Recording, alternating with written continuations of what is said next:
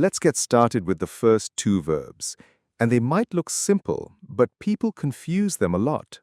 Get and go. First, let's think about travel. Get focuses more on arriving at or reaching a destination.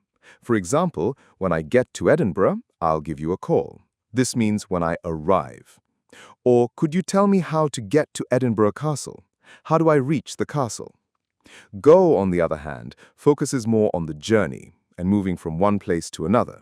For example, I usually go to Edinburgh by train. I travel. Or you'll go past a great coffee shop on your way to the castle. So, get focuses on arrival, go focuses on the journey. That's not so difficult. But get and go have many meanings. They also mean become or change state. But with this meaning, they collocate with different adjectives. Look at this sentence and choose get or go to complete the gaps. As people older, their hair often gray. What do you think? Well, the first gap is get older, and the second is goes gray. Let's look at each meaning in more detail. Now, we tend to use get with adjectives like light, dark, old, and late. For example, in winter in the UK, it gets dark early. It becomes dark early. Or, it's getting late. We need to leave. We also use get with ill, sick, and tired. I got ill while I was on holiday. I became ill. Now, we usually use go with colors, meaning to change or turn from one color to another. We just saw the example go gray, when hair turns from one color to gray. Another example, I was so cold that my fingers started to go blue. We wouldn't say get blue. And we use go with some changes that are generally seen as negative. For example, go bad for food, go wrong, or even go bald, although I don't think going bald is negative. An example, this meat stinks, it's gone bad. Or, he went bald in his 40s. All right, pair number 2, notice versus realize. Notice is generally used when you see or hear something and become aware of it. I noticed that the leaves had changed color on my morning walk. I saw the difference in color. Realize is connected to understanding. To realize, we need to make a connection in our mind. I realized that autumn was on its way. I connected the change in color of the leaves to the change in seasons. Look at the verbs together now. I noticed the crack in the vase, but I didn't realize how fragile the vase was until it broke. I noticed the crack, I saw it, I didn't realize how fragile the vase was, I didn't understand. Another example? We noticed the thunder in the distance and realized we needed to leave the beach. We heard the thunder and we understood we needed to leave. So, noticing is more about perception. Realizing is more about understanding. Okay, let's move on to the next two words. We have rob and steal. Both verbs refer to taking something without permission illegally. Now, in a basic sense, rob is used with a place or a person, and steal is used with a thing. For example, someone robbed the bank yesterday. What did they steal? They stole a lot of cash. Or, I was robbed in broad daylight. They stole my wallet and phone. So, a really common mistake I hear my students make with the verb to steal is this: they stole me my wallet. With the meaning of take something from somebody, we don't use a personal pronoun directly after steal. So, stole me something is not correct. We can say steal something from somebody, something, or somewhere. For example, they stole my wallet from me, or they stole my wallet from my bag. When we talk about certain buildings, especially houses, we usually use burgle or break into rather than rob.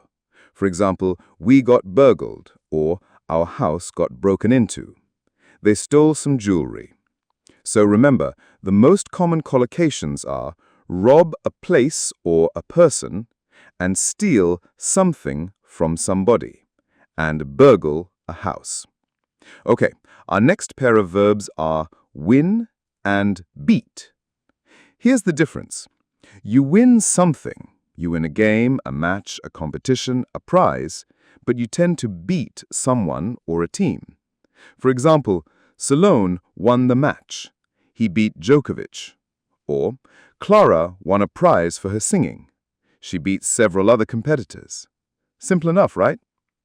But it's not just the verbs that confuse my students. It's which prepositions to use. Let's think about football. That's something I don't say a lot.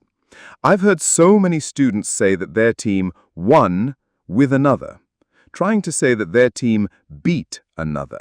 That's not quite right. So, let's learn the correct prepositions. You can say, Liverpool won 5-0 against West Ham. So that's win plus score plus against. Won 5-0 against. Notice how I said nil, not 0 or nothing. Another example, Liverpool won by 5-0 against West Ham. Or, they beat West Ham by 5 goals. So, you can win against someone or a team, or you can describe the score with win by a margin, 5 goals, to a specific score, 0. Okay, moving on, our next pair of verbs sound very similar, and in writing, even fluent speakers of English get confused about which one to use. I will admit I have to double-check when I use these.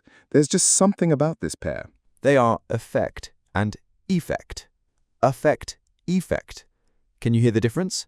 Both are stressed on the second syllable, but the first syllable in affect with an A is pronounced with a schwa sound, that very lazy sound that takes little effort to make.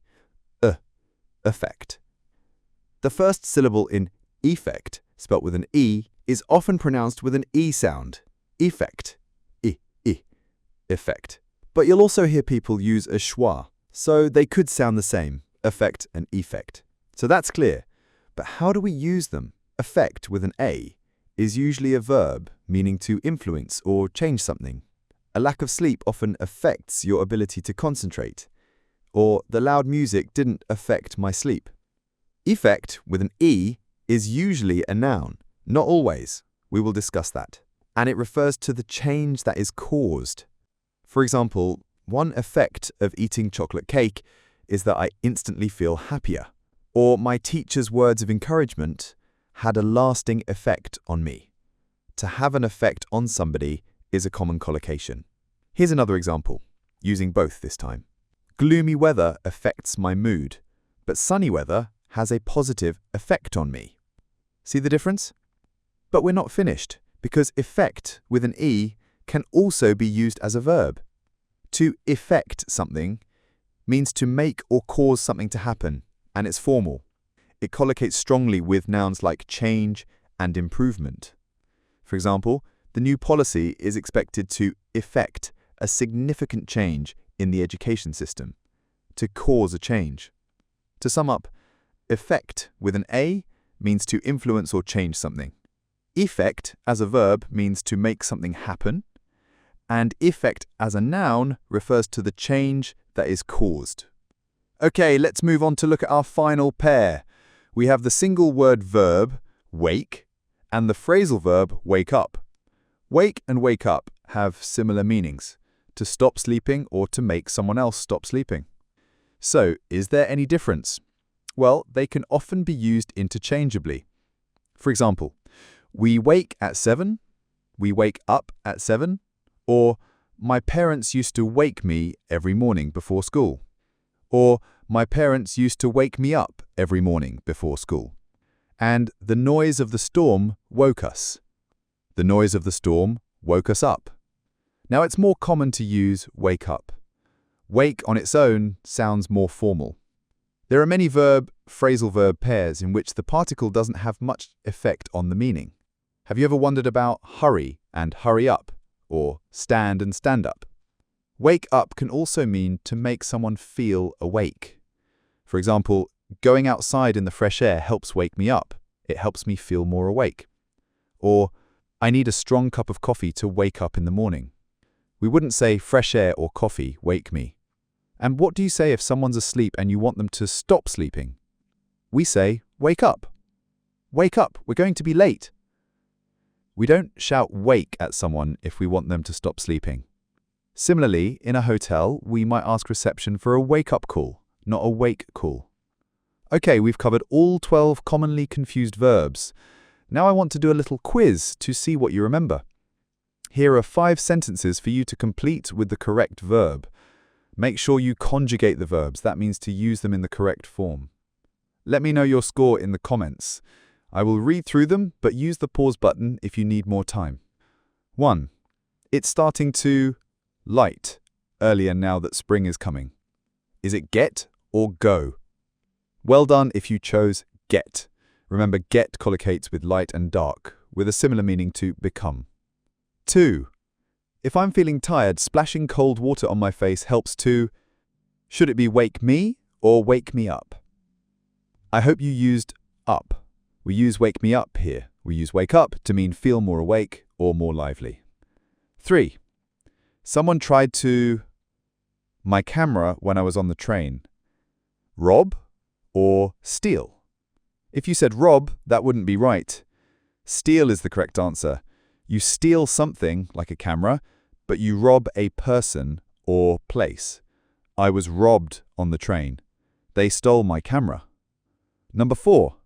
When I went outside this afternoon, the daffodils were in bloom. Did you notice or did you realize? It is noticed. We can use notice to mean see. And then finally, number 5, there are 2 gaps in this sentence. It's a tricky one. The new government immediately, economic changes, which positively, the job market. Where do we want affect with an A? And where do we put effect with an E? Well, the first is affected with E, made economic changes happen. And the second is affected with an A, impacted the job market.